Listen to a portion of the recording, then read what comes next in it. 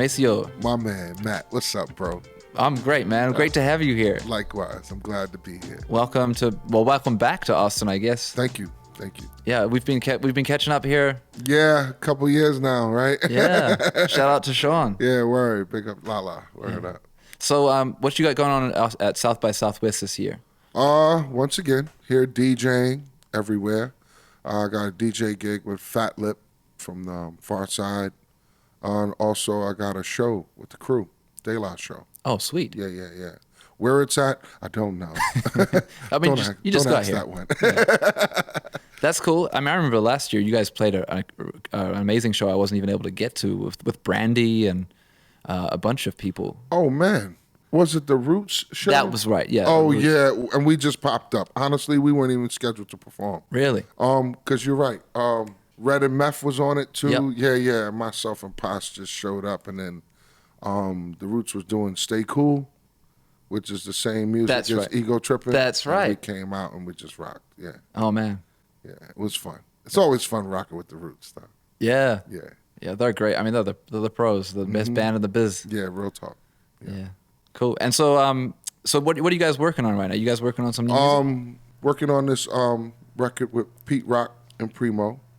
Whoa. Also working on Artificial Intelligence Part 3. Just fulfilling some ideas and commitments that we didn't quite fulfill in the past.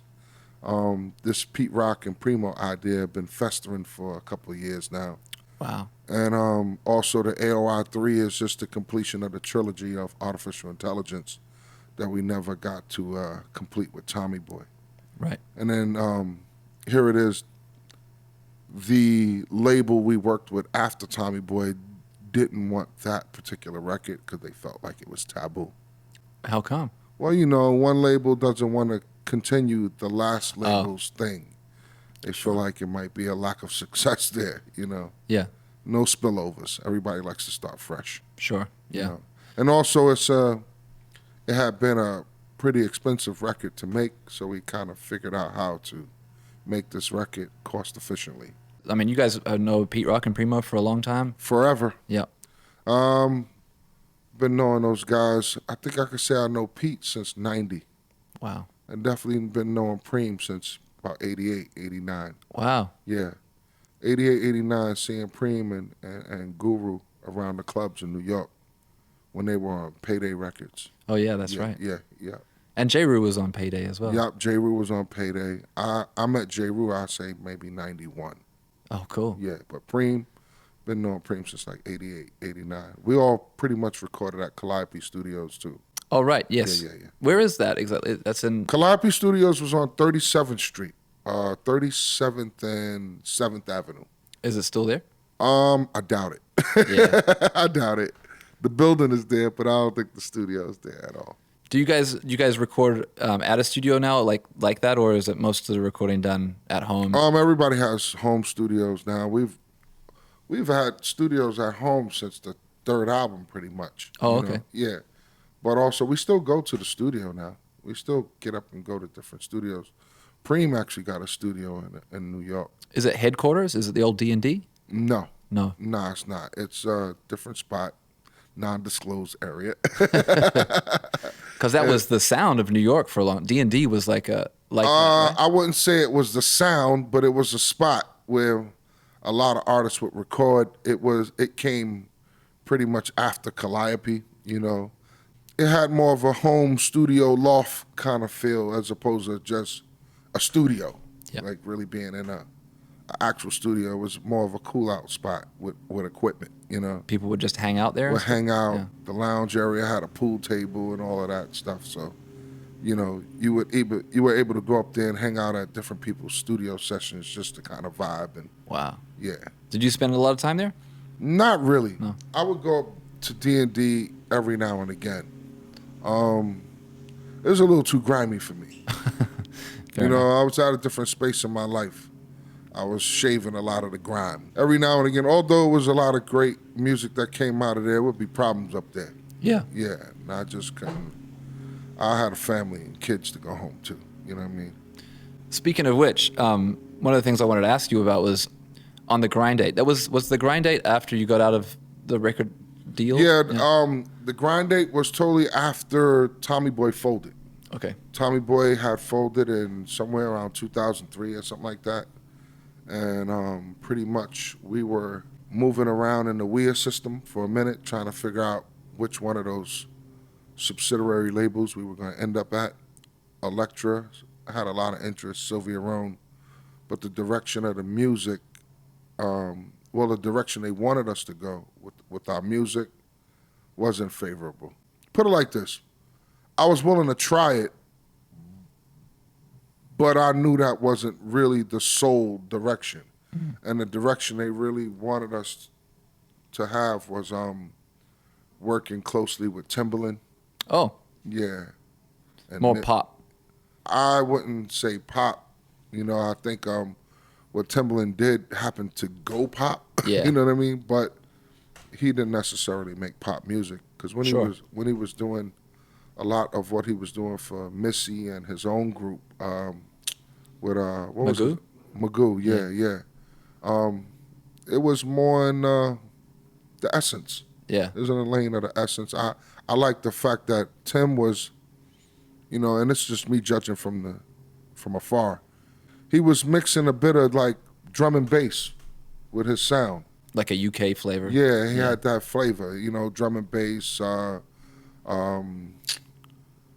was the other? Two-step kind of had that mixed in a little bit, With the bass lines and the instrument sounds. Yeah, which I thought was really cool, But it solely being De La sound, I didn't see that, We were way too diverse and unique for that. Because, Stakes is High, would you say that was a departure as well in a big way, would you say, from like the previous albums? I would say Stakes is High was just more of a serious record. Right. I think what people know from the previous records were a lot of humor. Yeah. And I think the only thing that got stripped from Stakes is High was the humor. Things weren't really funny and fun during that time period. Yeah. And at the same time, just coming of age as men with all these responsibilities, and now your childhood dream is your career. Right. And now you have children. And having children, responsibilities of owning a home and things like that, and just being responsible for other people's lives altogether, running a business, all of that. So, and then here it is being at the center of hip hop culture, and this change that's happening with what was going on with Biggie, Pac, Wu-Tang, Nas. This was this true birth of the solo MC too. That's a good point. Yeah, I didn't think of that. Yeah, it was. Even Wu-Tang was going in different directions. Each member started to do solo records and stuff like that too. That was a great business plan from RZA. Yeah, great business model, great plan for the crew, all of that, But it was a turning point for us on letting us know whether there was still a space in this game for us or not. So stakes were high. Stakes are still high. Yeah. Yeah. Because on the grind date as well, speaking about family, I noticed there's the calendar and the liner notes. I don't know if you remember this. Yeah. But it has, one of the things I always noticed was the way that you guys had, like you guys basically put your tour schedule, your production schedule, like the way you guys were making records, and you'd have, Paul's personal day, Mace's personal day, this person away. And it looked like you guys really had everything organized so that you could manage your time effectively. Well, we try to, you can always map out the calendar, but then it's always subject for change. Yeah. You can never omit the natural disasters that could possibly take place. Measles, mumps, chickenpox, you know what I'm saying? Yeah.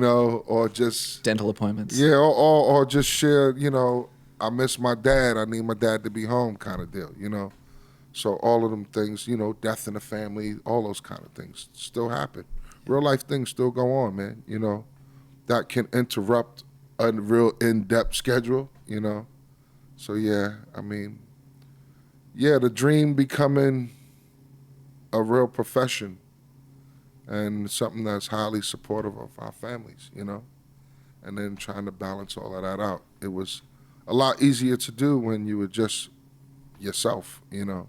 But when you start implementing others' lives, here come the woman, here come the child, here come more children, you know. Yeah, providing a place for them. Yeah, Things like that. all of that. Is there a like was that like a big part of like how I mean you guys tour like all the time still. Yeah, yeah. You play a lot. Yeah. Has that been like what are the big learnings for you from that? You know, how to manage the that those sorts of things, how you make those things priorities. Is that like something that you guys still struggle with, or is it? I mean, you definitely struggle with it because here it is, you know. Here it is. I got sons who play sports. Right. Yeah, your son is a football player. Yeah, Very good. Both my sons play sports.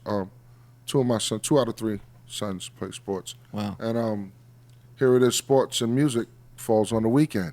Of course. So think about it. How many games I've missed just because I have to go out and do what I got to do to provide. You know. So yeah, you know, you miss some moments. You know, on both ends of the spectrum. You know, I have to miss some moments with the music because I need to be at some games, you know. And then here it is, I'm missing more games than music because obviously this is the life that I've chose to pay my bills. Totally. Yeah. And it's and you know the industry is challenging too, right? Like yeah, it's, very challenging. Very challenging. Does it get easier for like or is it kind of like something you want to keep maintaining? Like I think I mean there's very few people I can even think of in hip hop that have had a career as illustrious and as long as your guys. Well, I think business is never easy. It just gets tiring. Yeah. You know, you do it as such because you love what you do, you know, and you try to be savvy about it, especially when you up against periodically you're up against shady people, you know, who doesn't respect your value, you know, or don't see it.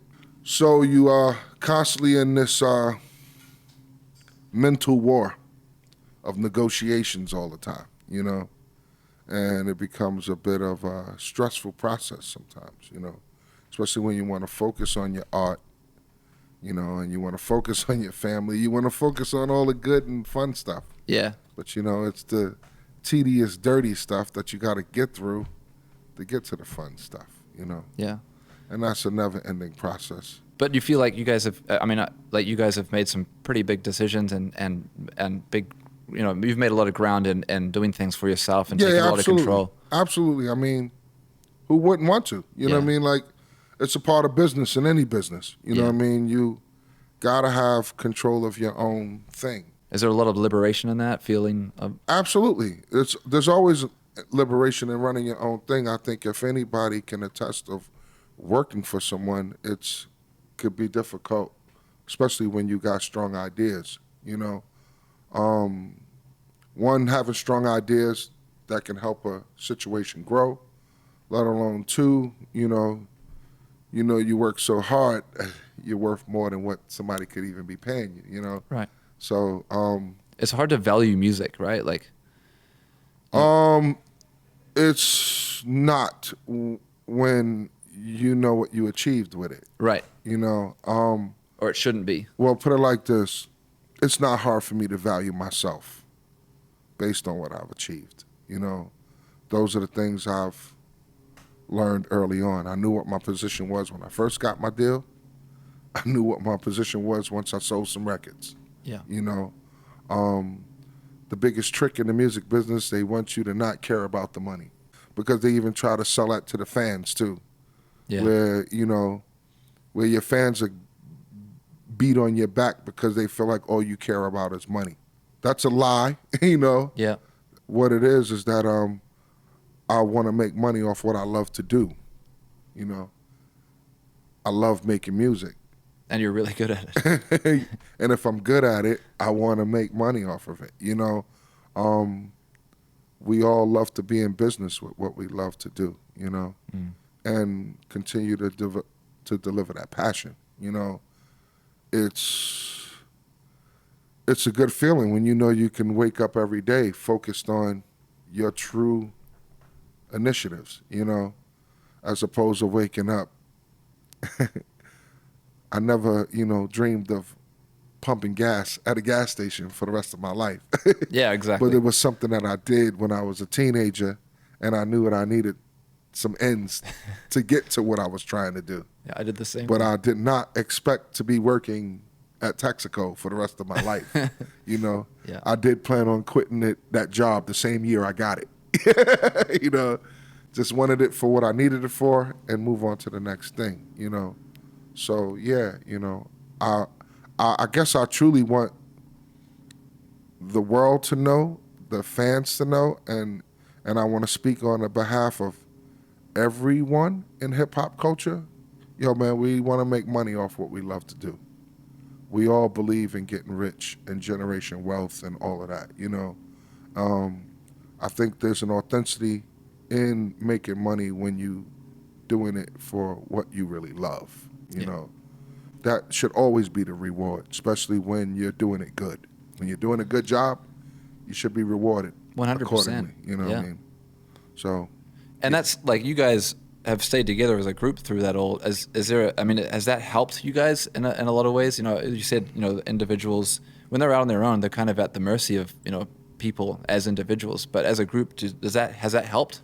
You know, that has its challenges too. You know Sure. what I mean? I mean, when you're running a business collectively with your friends that you started this with, everybody can be on a different page sometimes. Yeah. At times, and getting on that same page could take a few meetings. Sure. Take a few arguments. But I think what we've learned is respecting everyone's perspective. I think it was something that we learned from out the gate. Especially through the guidance of Prince Paul. I think in our creative session, it started with that. That led to our professional. Because he'd started it. Well, he started a thing with us that required just being open to everyone's idea. No idea is a bad idea. Right. You got to be diplomatic. You got to try it. You don't know if it's a good or bad idea until you actually try it. And we're not sold on anything until we all can collectively say, this is dope. We feel good about this, So it's stuck in this unit until we actually sanction the world get to hear it, So I think it was something we learned early on by going, hey, I don't really hear what he's trying to do, but I'm going to back up and let him do his thing, And we've all done that with one another. And we learned that from Paul, And mind you, it's like, there's been ideas. And I mean, stuff like that still happens to this very day, People be strong on what they feel, but then back up just to see where it's going to go, And can be honest enough in the final hour going, yo, I didn't see it, but now that we're in the end of it, I see it. And it works. It's dope. I got to give it up. Yeah, you know congrats. what I'm saying? So that always been a great experience amongst the three of us, that I'll have to say was implemented by Paul early on, Shout out Prince Paul. Yeah, every time. Yeah, word up. Cool. So I just want to make a bit of a pivot to more of your DJ career now. Yes, sir. Like, what was your first exposure to DJ culture? My first exposure was 1976. A dude named Rick, who is that a DJ name? A dude named Rick? Nah, that would be cool, right? Nah, not in '76. His name probably would have been like Rick Ski or some shit like that. Master Rick or something, what I mean? Grandmaster Rick. I don't know, but I knew Rick. He was this woman by the name of Danielle, who was like a sister to me because my mom dated her father, and she is truly like a big sister to me. And it was her boyfriend. Oh, cool. Who had DJ equipment, and he would let me play his stuff, play his music. The minute I was able to really conceive it, and I was just sitting by it and knew I couldn't touch it, And of course, here it is being an adult now, and you look at kids, you could tell when they want to do something. I was that kid, Like I wanted to touch it, but I knew I couldn't, and he let me mess with his turntables. He let me scratch the hell out of Good Times and Super Sperm and by Captain Sky and Catch a Groove. These are all the classic. These was all the records that was around. Frisco Disco, when it was like a 12-inch 45 with all RPM? these RPM, Yeah. 45 RPM, but on the 12. Like a Disco 12. Disco 12, and it had all these colors on it. Oh, wow. Yeah, it's like a rainbow record. You Oh, know what I wow. mean? Yeah. I think Frisco Disco was a record that actually represented the gay community. Okay. But it had this break in it. Dun, dun, dun, dun, dun, Yeah. dun, dun.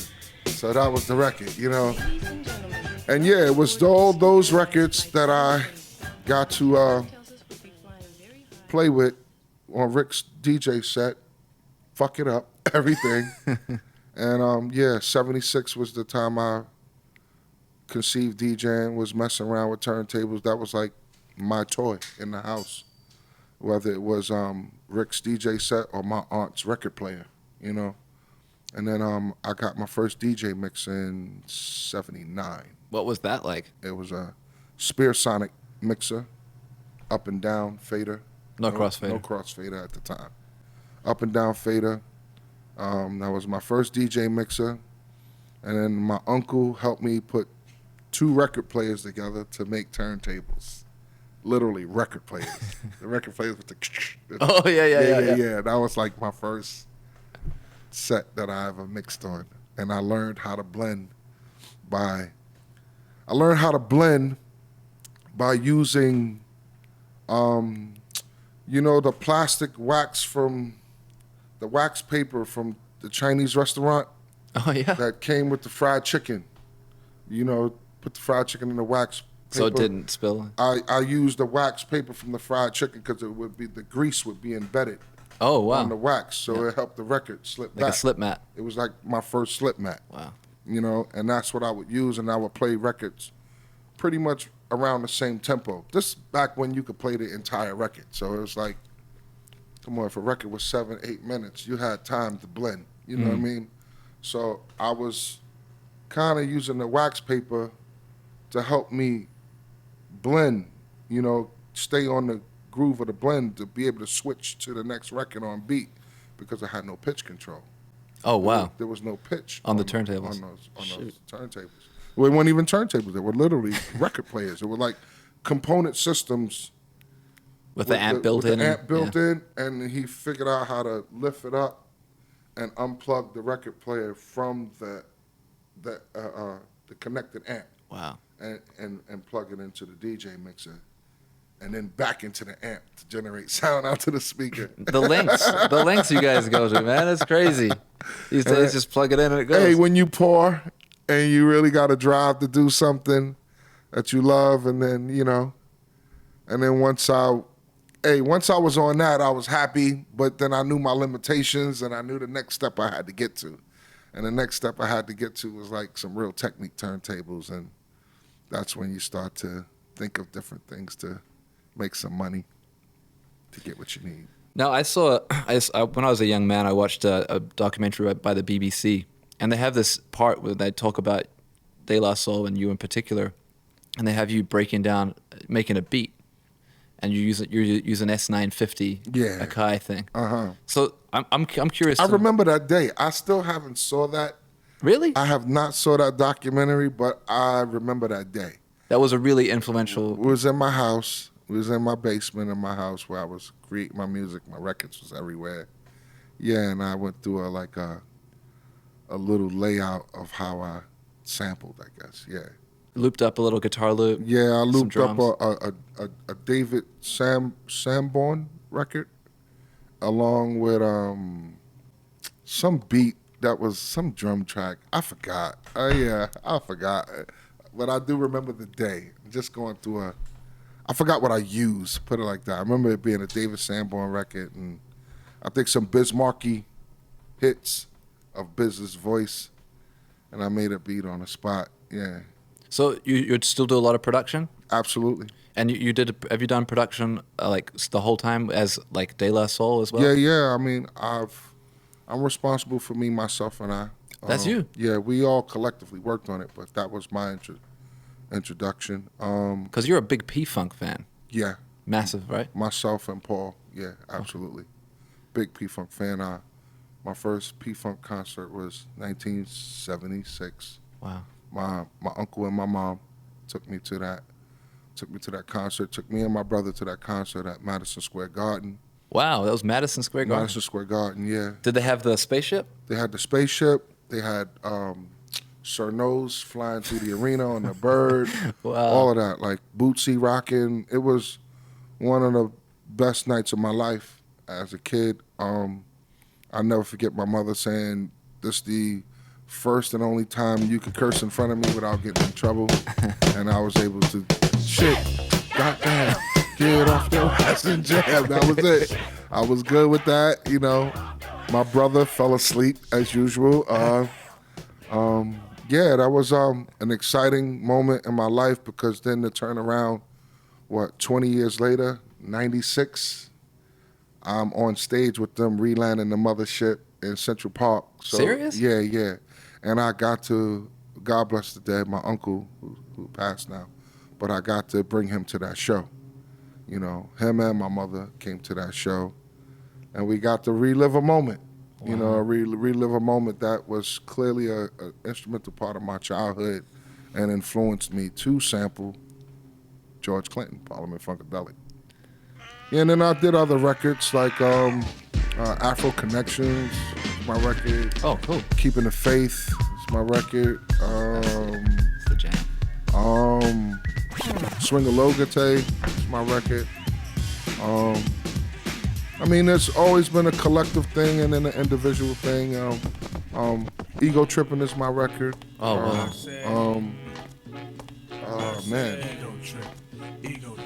Man, I mean, a couple joints, man. How about you when you guys collaborated with the Gorillas on Feel Good Inc.? Yeah. Your voice starts that record off.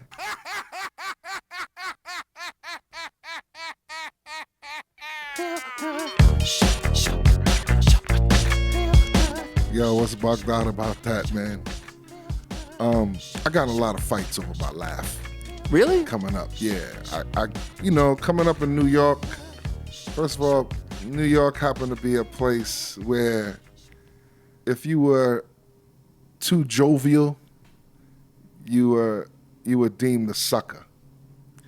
And I'm just jovial by nature, man. You know, I'm one of the loveliest people I know, man. I'm glad to be a jovial dude the more I reflect on it in my older years, you know. But I used to get a lot of problems, you know, behind being jovial. And then I think somewhere along the early 90s through mid-90s, I started to adopt the alma mater. If you knock my smile off my face, then there's a problem, you know. Then it's definitely a problem, because I am a dude who's smiling and happy all the time. So if I'm not, then there's a problem. Something's up. Something's going on. Somebody did something to me, you know. But throughout my younger years, you know, I used to get into some issues, which helped me how to fight. Because you box, right? I boxed a little bit. Yeah. I boxed a bit. You know, put like this, man. You know, if you ain't never lost a fight, you ain't have one. You know what I'm saying? That's true. So after getting my ass kicked enough, you know, you turn around, you deliver some ass whoopings after you get your ass whooped enough. Yep. You know, so. Trial by fire, I guess. Yeah, and you get tired of certain shit, you know. But then fast forward, you know, to the future of this rap career, and then meeting the Gorillas and bugging out in the studio with Dave, and he write this rhyme and he hears my laugh in his rhyme. So he's like, Mace, I need you to do the laugh. Because here it is, the laugh. I actually started to really do the laugh. It was at the end of Stakes is High. Get ready. We was already in the recordings of the first AOI. And feeling this liberating feeling like, yo, we made our mark. We still here. You know, like, I think we got tenure in this now. Yeah, you know, Stakes is High was a success, right? Well, Stakes is High was a weary moment going into it. You know, like, if this record don't really do it for us, then we gonna call it quits, you know? You know, it was a real feeling of bowing out gracefully, you know? But behind Stakes is High doing what it was doing, and also getting the embracement from the hip-hop community, not just the music industry. You know, here it is. We had all the artists that was coming up on Raucous Records. You know, that was like a big springboard, you know, to see Raucous being a label that's coming up. That Doing actually well, too. Doing really well and doing what Tommy Boy used to do, you know. Or What was that, like shine a light on people or emerging talent or something? Yeah, emerging talent.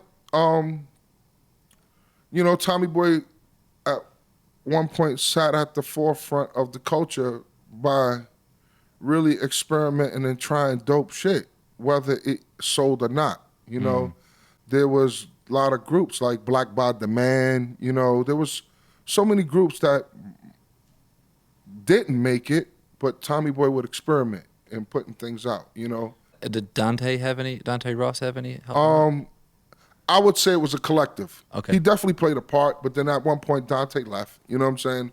But there was it was a collective, you know, because of course a lot of things came across his table, across his desk, but I don't think Latifah would ever got signed had we not been like, yo, She's the one. you need to get with that. You know what I mean? And she's being produced by Mark the 45 King. You know Right. what I mean? Like, Wow. you know, there was always some affirmation because artists was always up at the label. Like, Tommy Boy used to be a great place to be at one time, especially when it was on 86th Street. I think things started to change, obviously, when people start to catch on to their business practice, you know? And then you started to fall back on, you begin to fall back on sharing ideas and concepts with the label because of the Sambo concept, you know? I'm giving more than what I'm actually getting out of this relationship, you know? And They're you know, taking credit for it, kind of? yeah, and they take not only taking credit for it, but you know, put it like this: there's not a problem with them taking credit for, you know, ideas you're just sharing in conversation, but don't shit on me in my own situation with you. You know what I mean? Like, There was that was going on. you know, it was uncomfortable moments at times when you start to learn more and more about the business you're in. You know what I mean? So here it is. You began to fall back based on you're witnessing people just pricking you and using you for your ideas and not really compensating you for it or putting you in a position to grow on an administrative level. Like when you start to learn, like, okay, here's the deal. I'll be very candid. Once upon a time, the executive producer used to be called the production supervisor Okay. before it was the executive producer. It was called the production supervisor. I don't think I would have ever credit that to Dante Ross. Oh, I would have credited that to Prince Paul, if anybody, you know. But he got credited production supervisor, which is almost like being an executive producer of 3 Feet High and Rising. And I personally wouldn't have credited him that. I would have credited Prince Paul that. If anything, Dante Ross would have been the A&R director. yeah. You know what I mean? As I began to learn what these roles were, you know. Also, when I think back, myself and Paz in particular probably should have caught more production credit, you know. Because, I mean, to this day, I didn't know that, like, you produced these records. Yeah, and that's what make things difficult when you're trying to move on in the business as a producer. Get your publishing. Because, well, I got my publishing. All of that's all fair and love under what we do collectively as a group. Yeah. But when you're trying to actually pursue the business outside of the group, you know, You need people those don't know credits. your work. They don't know your efforts. They think all the efforts is Prince Paul. You know what I'm saying? And that never really was the case. It was always a collective effort, you know.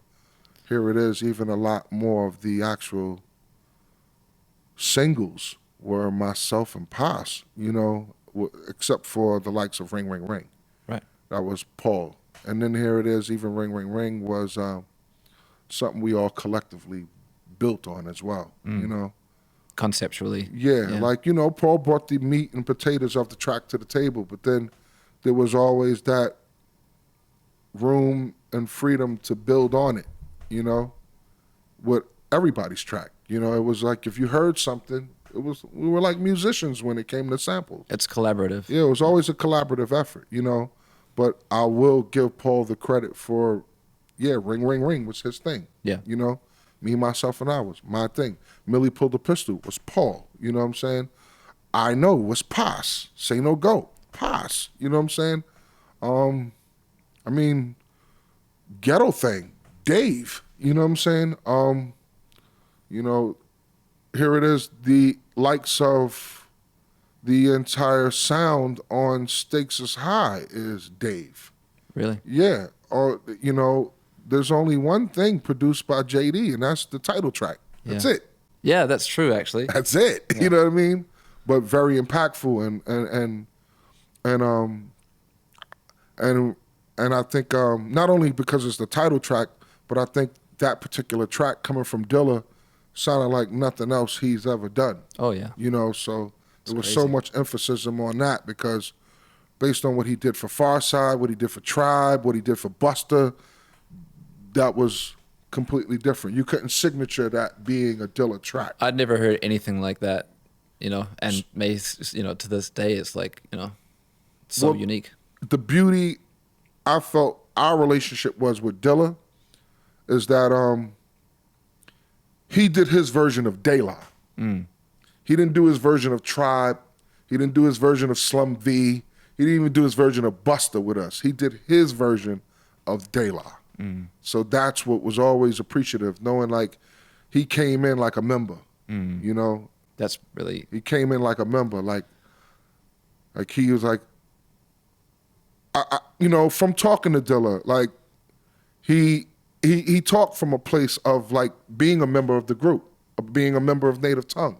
You know, had he been down in 87, 88, 89, he'd have probably been a big glue to holding the Native Tongue together, probably. You know what I mean? There was so much of that in his spirit when he came around, you know? So, you know, that is something I truly felt from him, you know, that he wanted to be sure that he brought his version of De La, not his version of Slum Village. And that was probably coming from a place of like, you know, as a musician. A musician or a true producer and someone who truly got love. You know really what I mean? loved what you guys truly did. got love. You know what I mean? Like, you know, that was my man. You know what I mean? We smoked blunts, sipped Henny. You know what I mean? You know, I had enjoyed great moments with him and Frank and Dank. You know what I'm saying? You know, him, Frank and Dank, moments I got to share that no one else got to share. We've all had our moments together where we were in our quirky, nerdy world. I got to be, I got to share the dark side of life with Dilla a little bit. Him and Frank and Dank, you know what I mean? And if you hear Frank and Dank's music, you know what time it is. I got some Frank and Dank 12s. I know what you mean. And then on Stakes is High also, though, and this is something I've heard that you were part of, was introducing Mos Def. Yeah, I guess I don't give myself enough credit for that. Because I always like to say, you know, Mos is an amazing talent. I always knew he was, you know. And my introduction to meeting Mos was on the poetry circuit. And I knew Mos was an actor already. You know, I had been following him, and he had been staying pretty low-key with the acting, but I had been following him. I mean, I love entertainment, so, and I knew he was on the Cosby Mysteries, and then at the time he was really close friends with a girl who used to dance for us by the name of Asia. She danced with us during our first and second album, and she introduced me to Mos. Well, she said Mos was trying to reach out. This was pre-Def Poetry Jam. He was doing poetry readings around New York. Mos and his mom owned a museum in Brooklyn.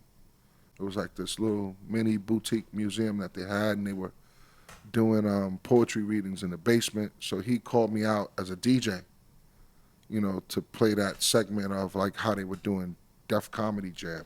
Oh, okay. You know, he wanted a DJ segment in between the poets. So between me and Cypher Sounds, we were switching off doing these gigs with Mos.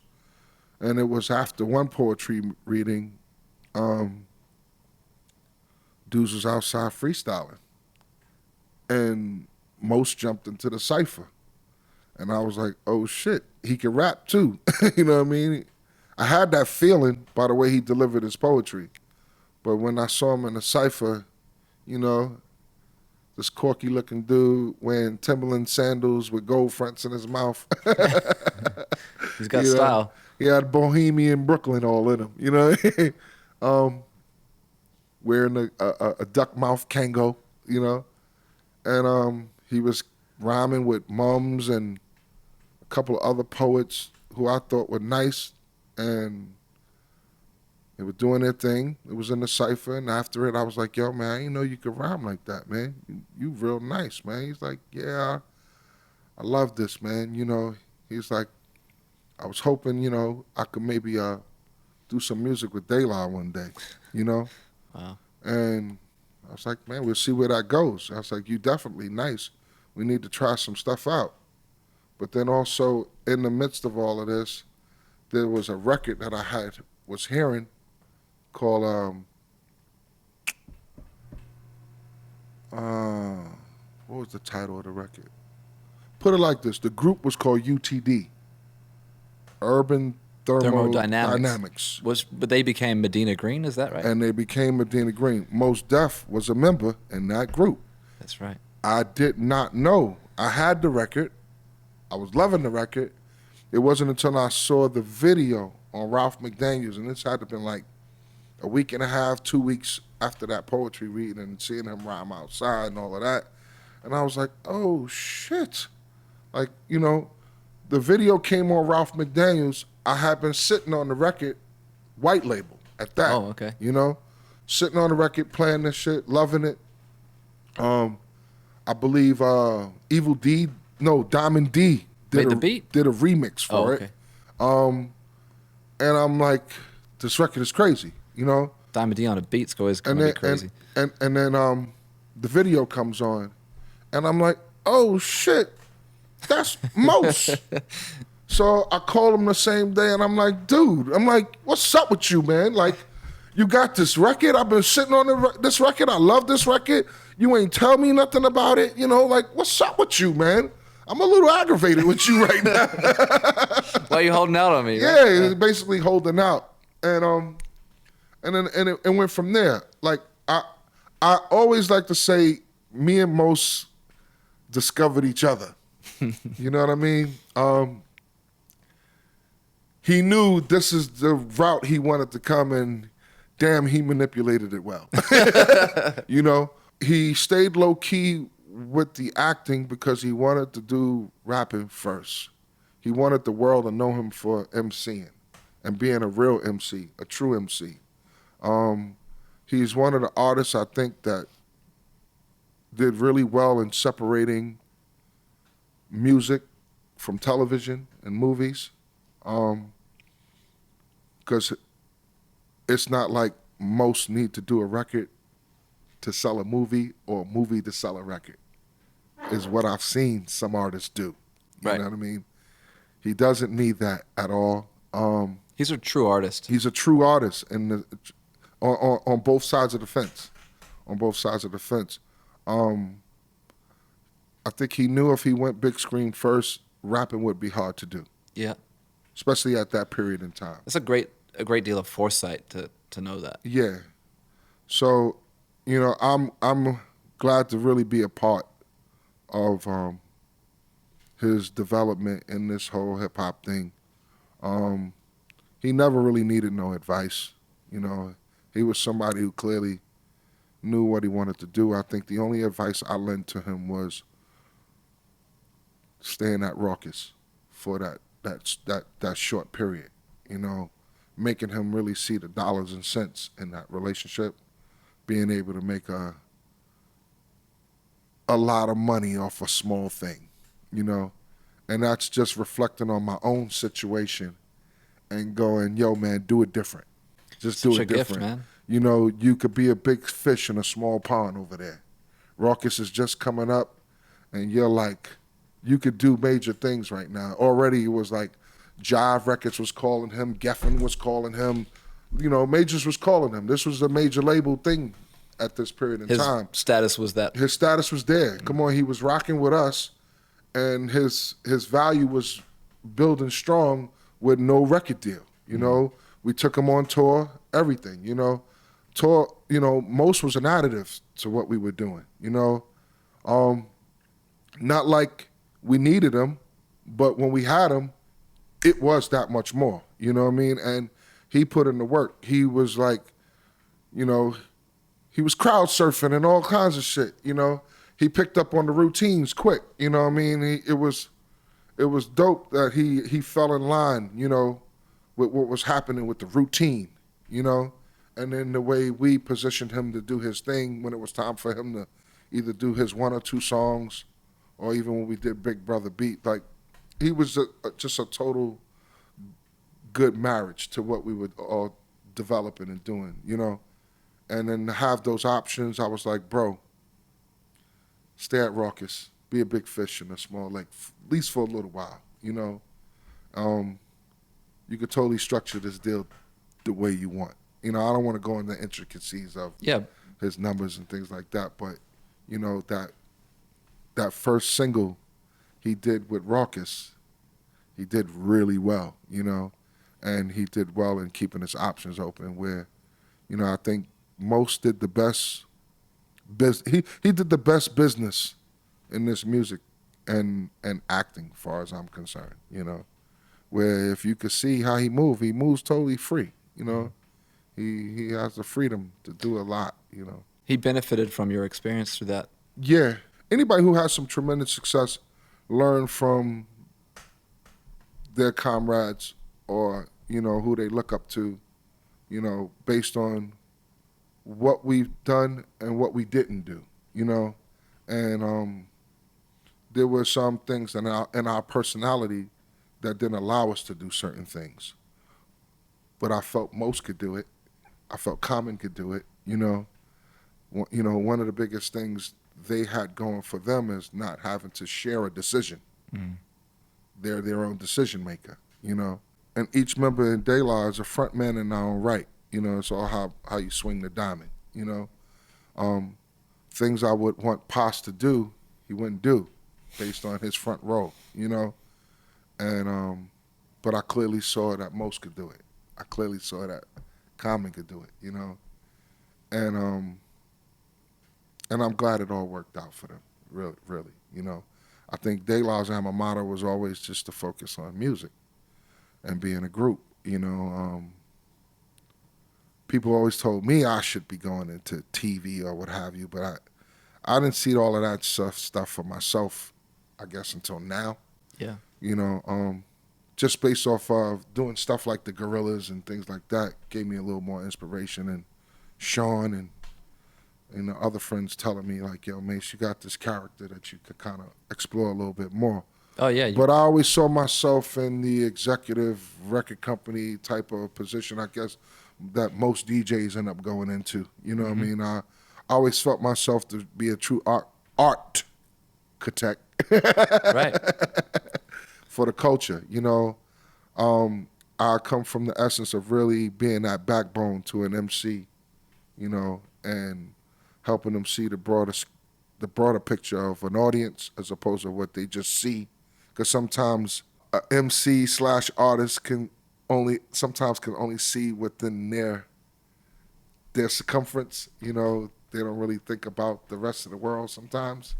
And then you got the flip side where you got that artist who see too much of that, you know.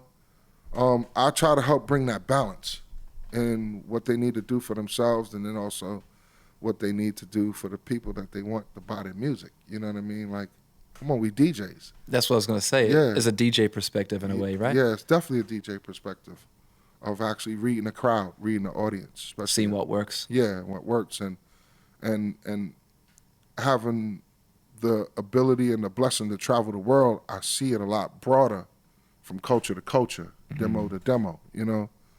So bringing those ideas back home to the creative nature of what we do, you know, I always saw myself in those roles, you know.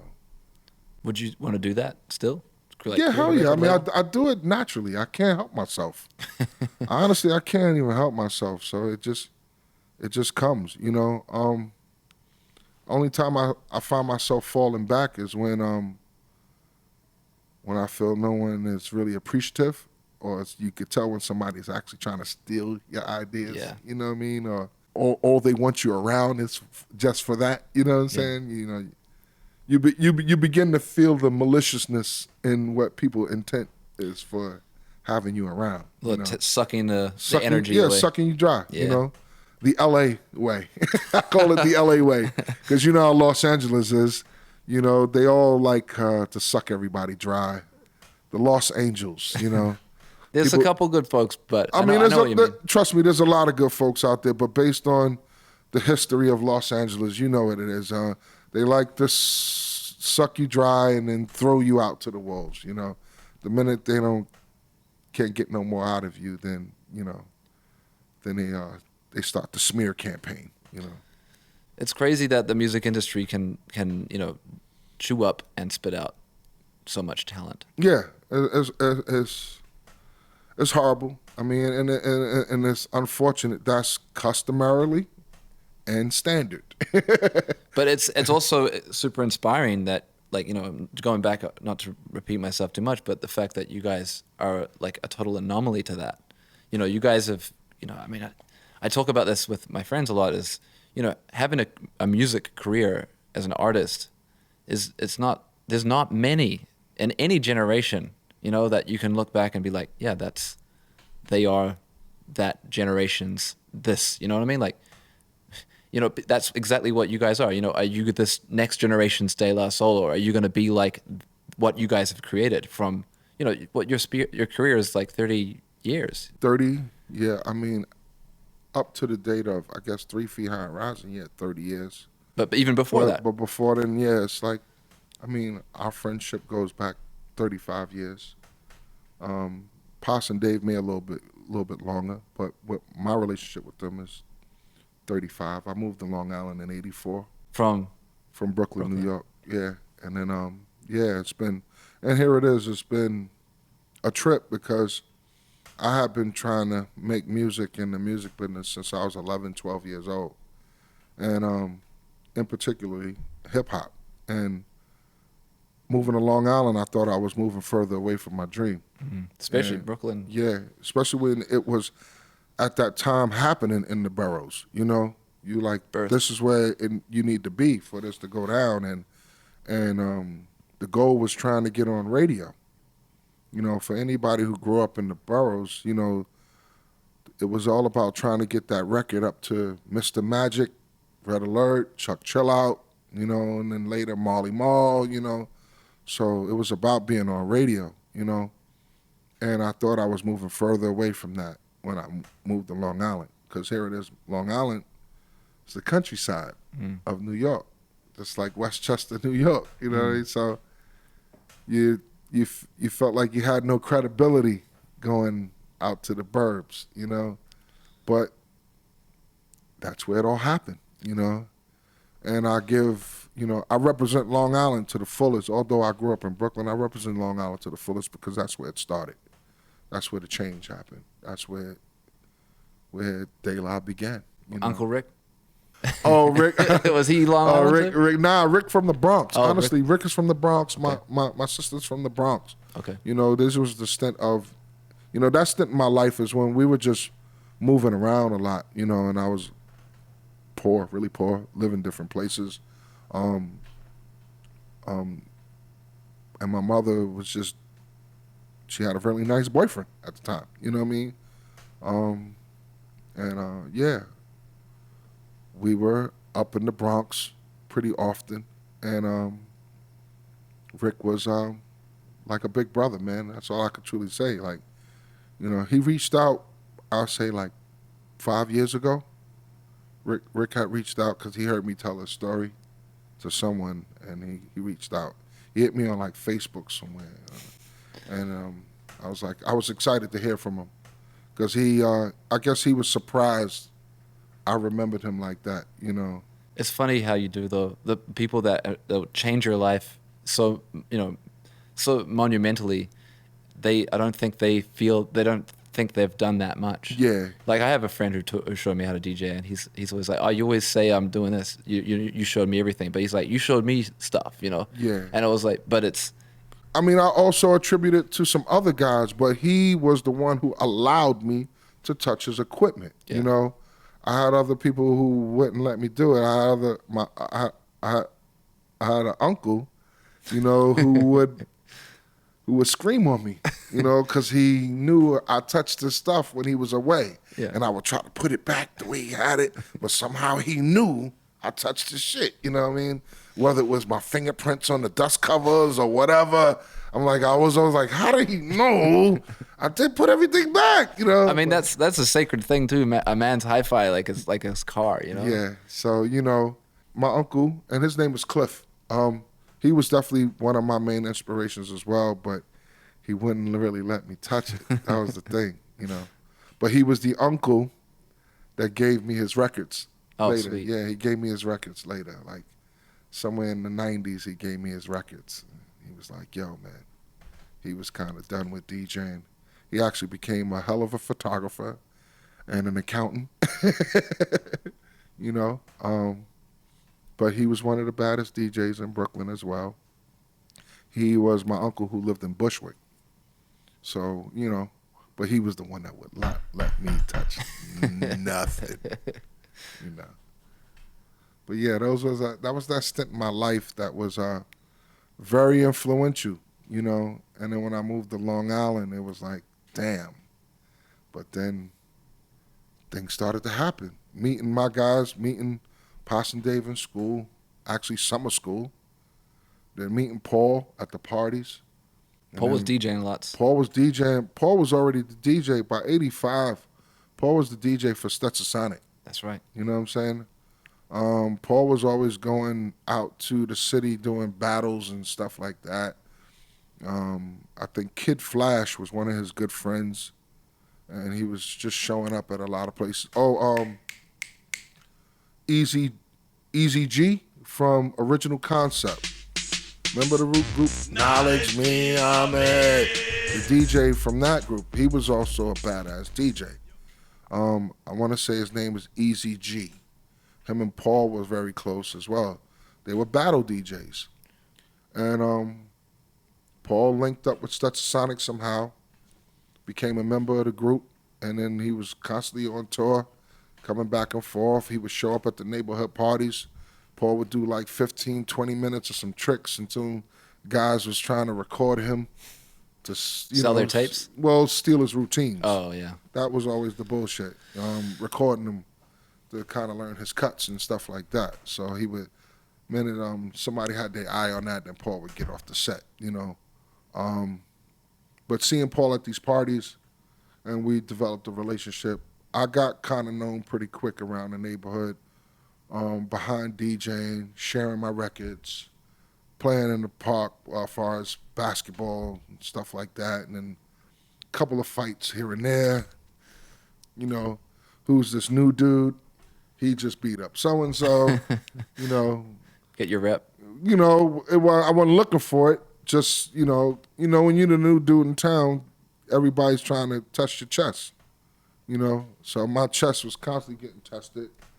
And I came up on the top side a lot, you know. Even if I didn't come out on the top side, I retaliated accordingly. You know what I'm saying? You can catch everybody one by one, you know what I mean? I was relentless in that kind of shit. And then, yeah, Paul heard about me. I heard about Paul, obviously. And then we really connected over a song we were working on with a mutual friend. It's an artist by the name of Gangsta B. He was in high school with Paul. He was in the same grade as Paul. By the time I got to the high school, Paul already had graduated. I think my first year up to the high school, that was the year. He graduated the year before that. He graduated with my uncle and the mutual friend, Gangsta B. Gangsta B, I ended up meeting through my uncle because he used to come by my house. He heard me DJ. He heard me messing around with ideas in the crib. Also, he knew me from the block, from hustling and things like that. And he kind of took me under his wing a little bit, you know, as an older dude, you know. Well, he was trying to take me under his wing. I don't think nobody really had the ability of taking me under their wing. Like, I tried the wing thing for a minute, and I'm like, I don't like how you flying, B. As you do. I don't like how you flying, B. You know, I got my own wings over here, you know. So I was always treated like, you know, with the older guys, I always was treated like a young cat who was just pretty mature for my age, you know. My music teacher at the time, because I was taking music in junior high and high school. I played in the band. And my music teacher, Everett Collins, who's also was a high school friend of my mom, and he wrote songs for Isley Brothers, Wow. and he wrote songs for Surface, Oh, the group Surface. like Fallen in Love, Surface? Oh, You know, Happy, Falling in Love, yeah. yeah, Falling in Yeah. Love. I think he co-wrote Falling in Love. that's the He, jam. he wrote Closer Than Close. He wrote Smooth Sailing for the Isley Brothers. Wow. So he started an independent label called Alexadon Records. He named it after his daughters that he had. And Gangsta B was the artist he was trying. Gangsta B had this style that was almost like Run from Run DMC, and I just gave it a shot, man. You know, knowing that this is what he was trying. It was my introduction to the studio. It was something in the direction of hip hop, you know, and my music teacher was involved. And then out of the clear blue, they did this rendition of 7 Minutes of Funk, Yep. which was like in an R&B swing kind of format. This is like, The whole darn family? it was almost like, it was pre New Jack Swing. Oh, okay. Because this was like, they were R&B dudes, you know, trying to get in The rap song. getting the rap game on Yeah. an independent level, you know. And the version of 7 Minutes Funk was just horrible. It wasn't good, you know. It wasn't good, you know. Much as I wanted it to be, it just wasn't good, you know. The song was a well-constructed song, but it just wasn't a good song, man. And then Paul came in and he remixed it, and I did some foolish-ass beatboxing on it and shit like that. And try to make a long story short, we take a lunch break. I go with Paul.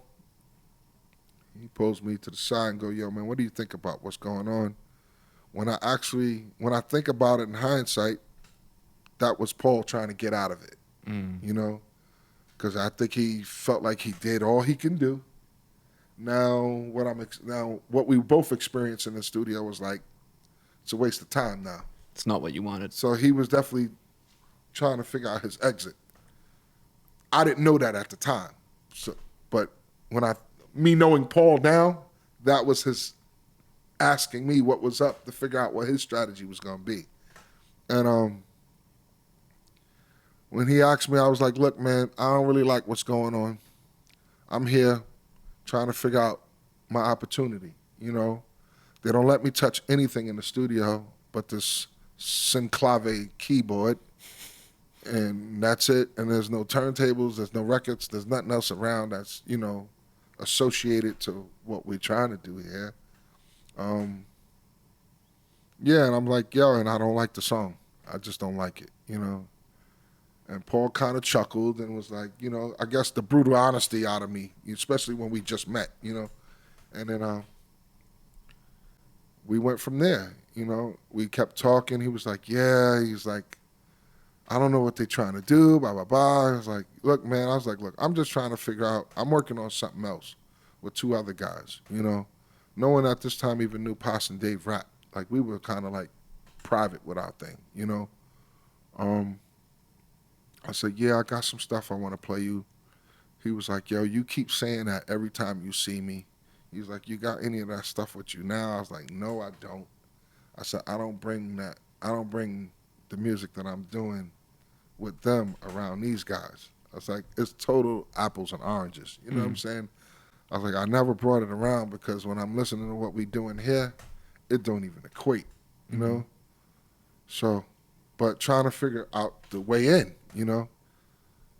So we kind of left off that day just kind of aloof, you know, not sure if we gonna return or not, but we did have a heartfelt on how we felt about what we were dealing with.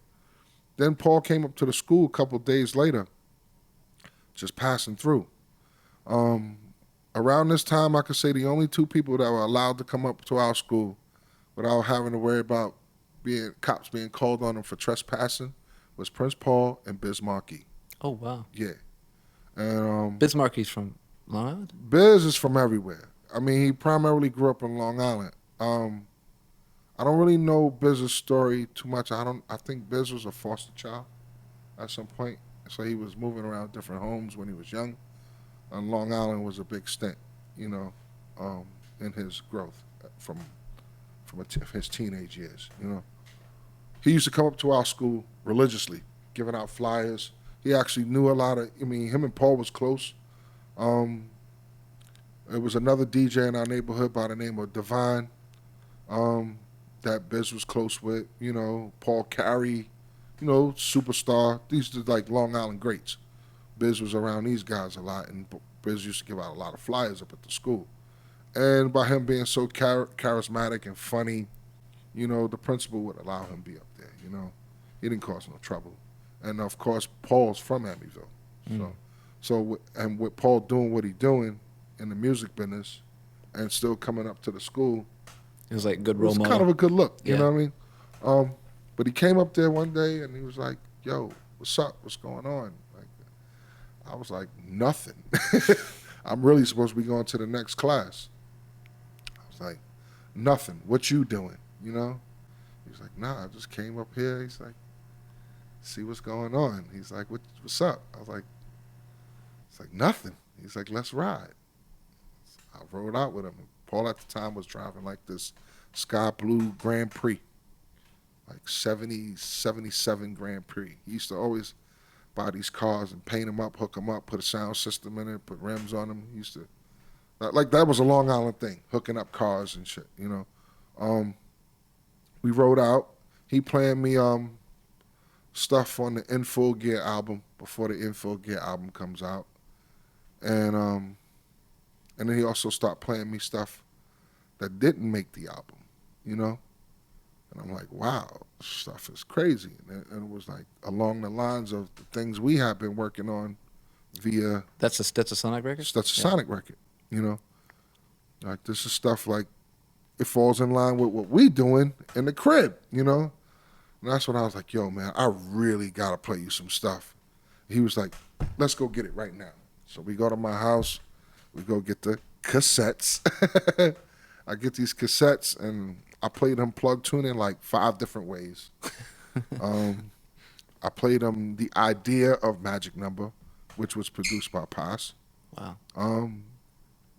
I played them The Idea of Daisy Age, which was produced by me. I played them The Idea of Ghetto Thing, which was produced by Dave. And even at that time, the bass line was still the same, but the drum track was different, you know. The drum track was actually a Dr. Rhythm drum machine when I played it for him. When we finally did it in the studio, we used drum loops. Okay. I played him a few things. Potholes on My Lawn was another one, which was a collaborative effort on the group. I played him a few things, and he was like, yo, when he listened to it, when he heard it all, he was like, yo, man, I need to have a meeting with y'all. And out the gate, he was like, look, I can't make no promises, but we will take this to the studio and we'll clean this up, you know. Make it pro. He's like, yo, he said, I think I could do something. I could add some things to what y'all have.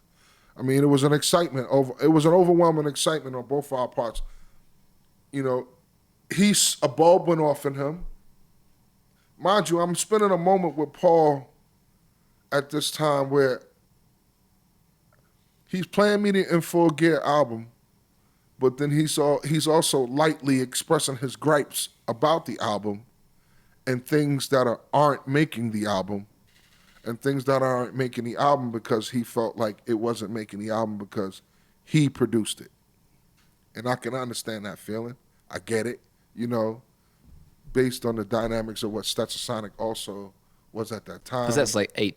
How many people in Stetsasonic? It's like 6 people in the band. Right. And yeah, I could see just the dynamics of the group, And he was a newcomer. They kind and also being a newcomer, not just new. I mean, they all got signed at the same time, but yeah, I guess out of the relationship, he was the new one and the youngest one, So that's all played a part. And when he was playing the ideas that weren't making the album, I'm like, yo, this is crazy, And I'm feeling his pain, and it just kind of lent to going to get them demos. And then when that bulb went off in him, which was surprising to me because I'm nervous playing him the stuff, but I'm like, I'm going to play it because I think this is my shot, I played it for Paul, and he got excited about it. I got more excited because he was excited.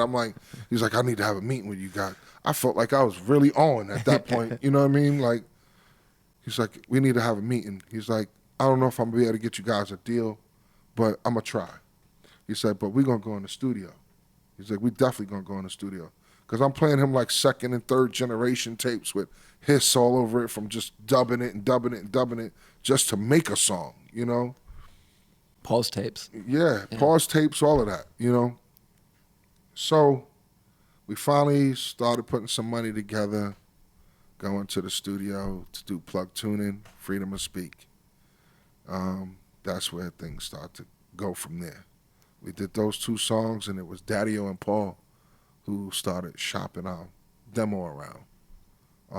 Long story short, went to every independent label at the time, First Priority being one of them, because Milk and Gibbs was on fire at that time, and but landed at Tommy Boy.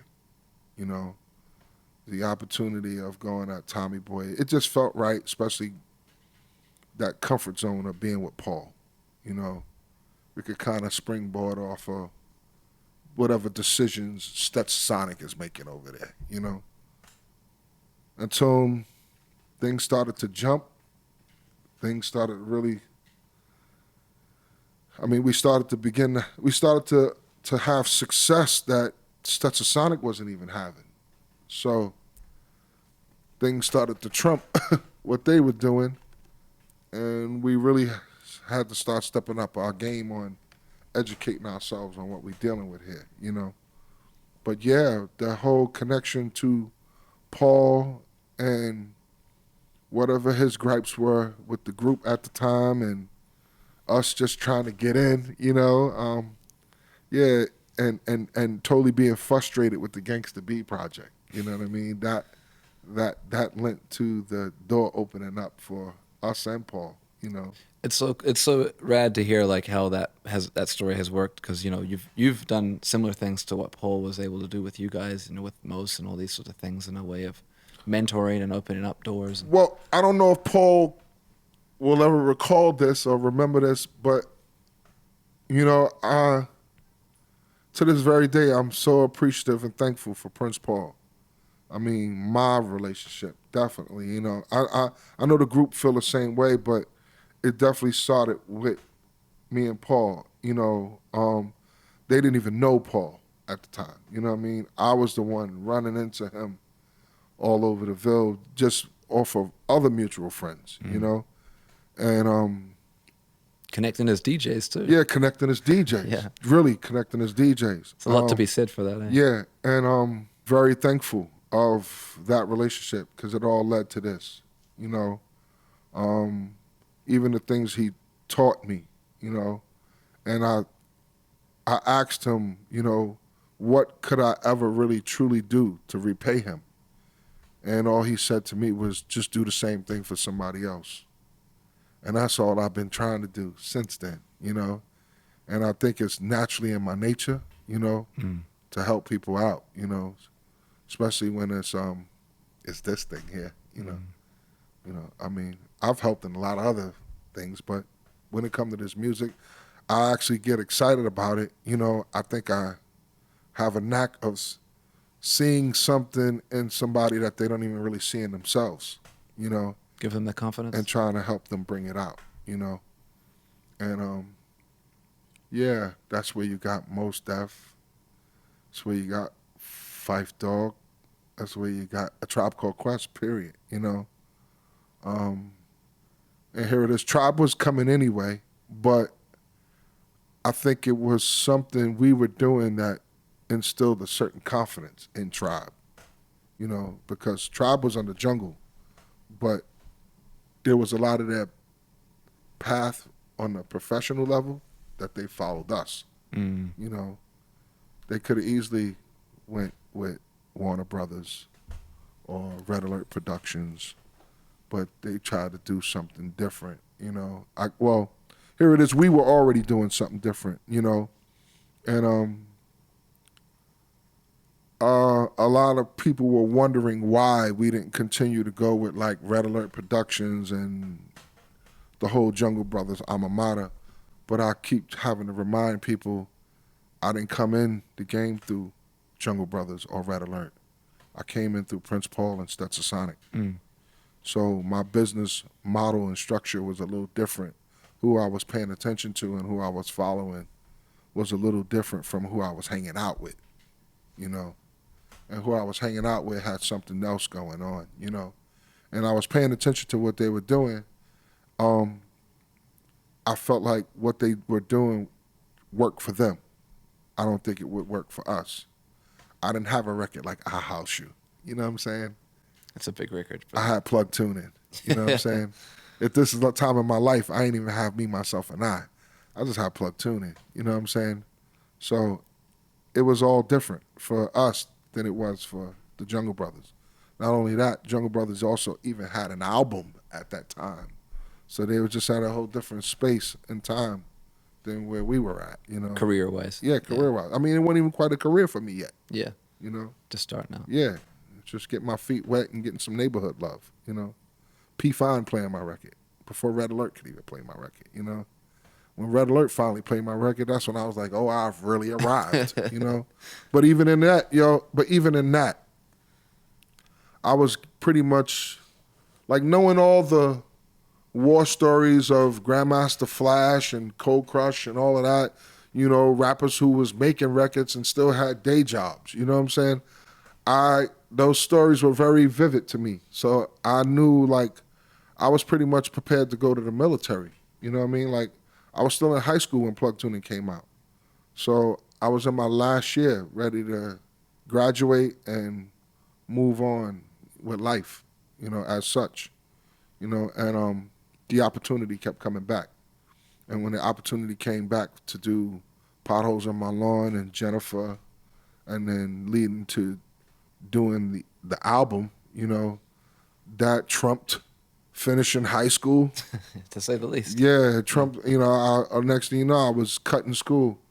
And I was supposed to graduate in 88, which I ended up graduating in 89 because I went to record 3 Feet High and Rising. That's the way to graduate right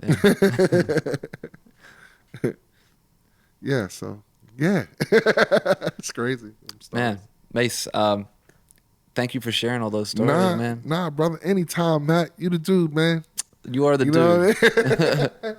You my guy, man. For real. Like, I'll chop it up with you without the mic. You know how we do. Yep. I always look forward to that. Yeah. But let's get out and enjoy some South by Southwest. Yeah. For real, I had no idea the weather was gonna be great this year. 27. You know what I mean? Yeah. I think I'm a little overdressed in my Gangstar sweatshirt. Shout out to Primo. Yeah, I'm gonna stay hot just to represent. Yeah. Yeah, Primo's my man. Primo's working on the next De La record along with Pete Rock. Stay tuned for that. Look out for that one. Look out for AOI 3, which is a record dedicated to the DJ like we intended. The subtitle is called De La Sound System. Oh, awesome. Yes. So look out. Awesome. Well, thanks again, Maseo. We look forward to these. Bill Ray, y'all. Bill Ray. Look out for Bill Ray. Who's Bill Ray? Bill Ray is a dope MC that is under the De La wing.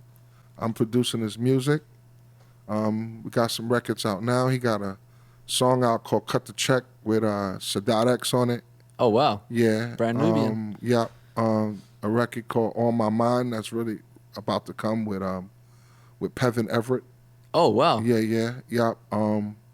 Yeah, we got a lot of great music coming, and he's one of the MCs that hold up strong next to Mos Def, next to Murder Mook, next to Busta Rhymes. I mean, like, yo, he's on fire. Who is this again? Bill Ray. Check him out on... Check him out on every streaming medium that's out. Spotify, Apple Music, Tidal. Yeah, check him out. He got music up there right now, and yeah, he's down with Maseo. Awesome. Yeah. And if you're down with Maseo, well, it's a good place to be. I would like to say. Yeah. I think so. Awesome, man. Thanks again. Thank you, bro. All right. Peace.